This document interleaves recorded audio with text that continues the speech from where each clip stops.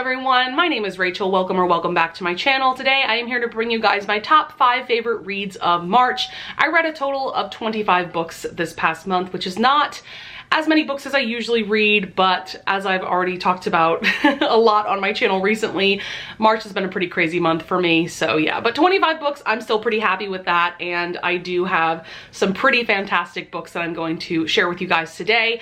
I'm doing something a little bit different with this best of the month video in that I'm really only going to bring up brief bullet points about each of these books just because I have given you guys in-depth reviews of all of these in my recent wrap-ups. So without further ado, let's just jump on into this top 5. The first one I have to recommend is The Weight of It All by N.R. Walker.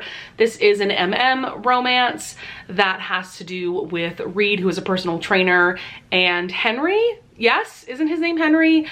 He's our main character. We actually don't get Reed's point of view at all, but Henry was dumped recently by his long-term boyfriend, and so now he is trying to lose weight and you know, create a healthier lifestyle and all of that, and that's how he meets Reed. And so this is just the sweetest and also so funny. This is just the ultimate sweet friends to lovers romance, and I love N.R. Walker's sense of humor. I laughed out loud numerous times while reading this. I also highly recommend the audiobook. I believe Joel Leslie is the narrator, and I think he does a fantastic job with the narration. Yeah, and it's also just so body positive. I definitely was worried about this book going into it because, you know, we have a character who's losing weight, and I was just worried that Reed, the personal trainer, would only be attracted to him because he was losing weight, and that's so not the case. Like, you can just tell that these two people just click, and I love their friendship so much. I love their romance. This book was just perfection to me personally, and I can't wait to read even more from N.R. Walker. I have read Throwing Hearts, and I really enjoyed that book, but this one was just totally on a different level for me personally.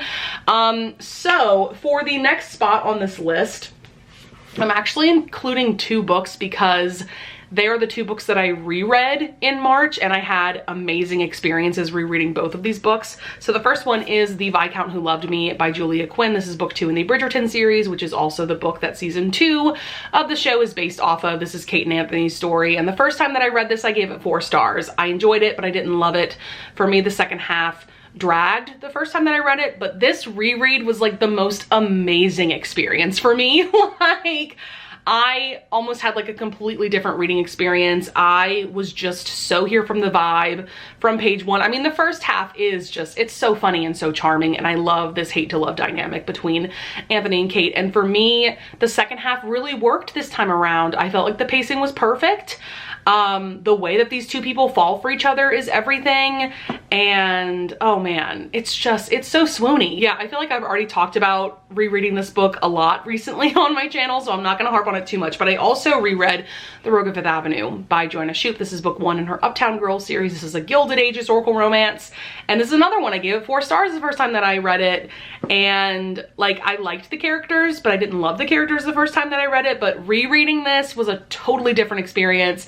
I am obsessed with Frank and Marion. I do think you will appreciate this book more if you read Joanna Shoup's 400 series first, because you get a lot of Frank in those 3 books. So I feel like you will appreciate him getting his happily ever after so much more if you do read those books prior, but you definitely don't have to. You could just read this on its own. But I just feel like getting that context made me love Frank's character so much more. So I'm so glad that I've reread these books in March. I definitely wasn't planning to. The only reason why I reread The Viscount Who Loved Me was because I was a part of a live show that was on Jess's channel, Peace Love Books.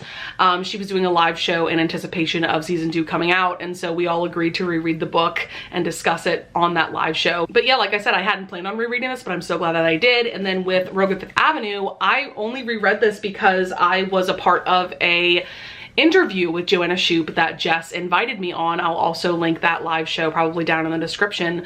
And so I decided to reread one of the books in her Uptown Girl series because I just love this series so much, and so I thought that rereading book 1 would be the way to go, and I'm really glad that I reread this one as well. So I definitely need to reread books more often. That's definitely something that always falls to the wayside for me because I'm always looking for the best like new book, whether that be a backlist title or a new release. I'm always looking for the next best thing, when really revisiting old favorites is just as amazing. So next up we have Twisted Hate by Anna Huang.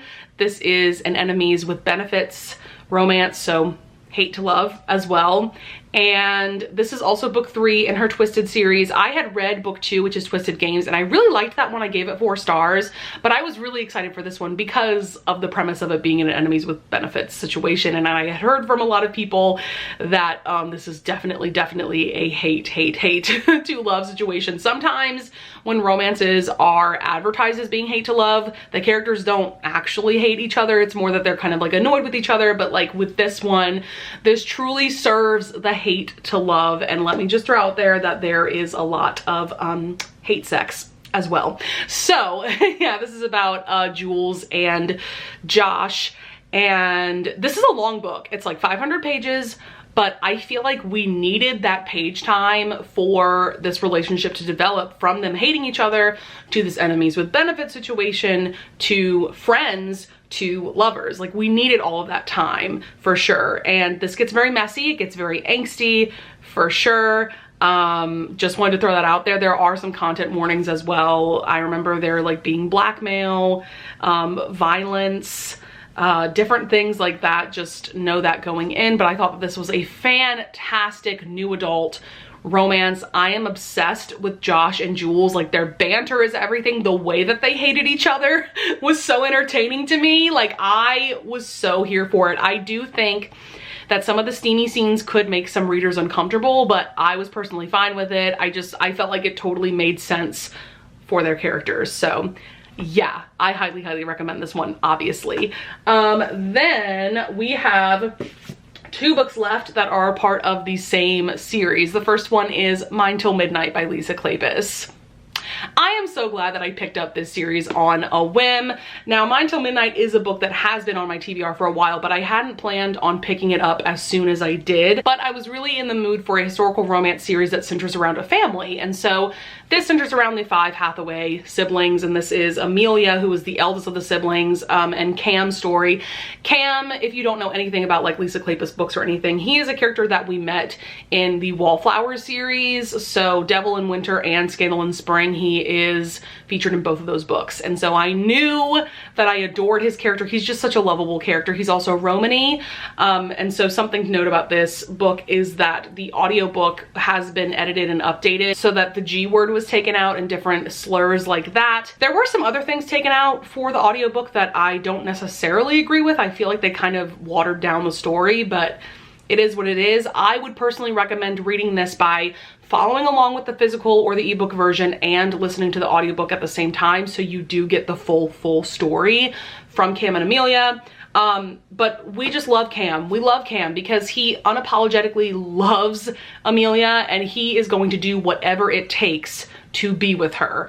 And he's just, yeah, he's incredible. I love him with my whole heart. He's such an amazing hero. This is a top tier Lisa Kleypas romance for sure. This book is everything. What can I say? I could talk about this book for hours. And then the other book that I need to mention in this video, which is also my last book that I'm going to talk about in this video, is Seduce Me at Sunrise, which is the second and next book in this series. Now, this one is about Kev and Wynn. Wynn is another of the Hathaway siblings, and she had scarlet fever some years back. Her lungs and heart and a lot of her organs have been severely weakened because of the scarlet fever. And so then we also see Kev, who is also kind of a member of the Hathaway family. Basically, their father rescued Kev 12 years before. I believe he was about 18 at that point. He had been severely injured by some awful people, and so they nursed him back to health, and he became a part of the family that way. And so from the get-go, Kev and Wynn have had feelings for each other, and just seeing the mutual pining and longing that has been going on for years between these two, like, it's just heart-wrenching and just gutting in the best way possible. I definitely would recommend that you read Mine Till Midnight before going into this one, because you get a lot of context about Kev and Wynn in this book, but also this is just a top tier book. Like, you need to read this book too, but like, you just get a lot of context about these two in this book as well. Honestly, for me personally, I don't know which book I love more between Mine Till Midnight and Seduce Me at Sunrise. For me, these books are pretty equal, and in this book, we still get to see a lot of Cam and Amelia just being iconic and being married and being happy and all of that. So like, both of these books are just incredible. I can't recommend them highly enough. Like, once again, I could talk about them for hours, but I need to shut myself up.